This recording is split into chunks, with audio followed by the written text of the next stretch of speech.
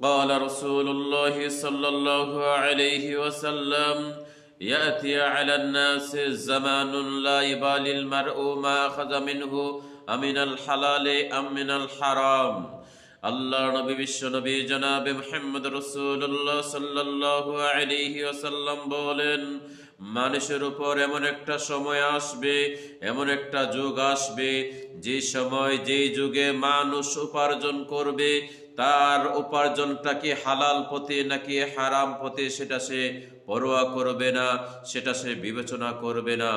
বন্ধুগণ, আপনি যেই সম্পদ উপার্জন করেছেন সেটা হালাল পথে উপার্জন করছেন নাকি হারাম পথে উপার্জন করছেন সেটা অবশ্যই আপনাকে দেখতে হবে।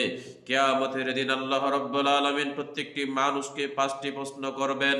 তার ভিতরে একটি প্রশ্ন হচ্ছে, তুমি যেই সম্পদ উপার্জন করেছো সেটা হালাল পথে নাকি হারাম পথে, সেটা আল্লাহ তাআলার কাছে জবাব দিতে হবে। কাজেই সম্পদ উপার্জন করার ক্ষেত্রে আপনাকে আগে চিন্তা করতে হবে, এই সম্পদটা আমি হালালভাবে উপার্জন করতেছি নাকি হারাম পথে উপার্জন করতেছি, সেটা আপনি আগে দেখভাল করবেন। আল্লাহ তাআলা আমাদের সকলকে এই জিনিসগুলো বুঝে সেই অনুযায়ী যেন আমরা আমল করতে পারি, মানতে পারি। আল্লাহ তাআলা আমাদেরকে সেই তৌফিক দান করুন, আমিন।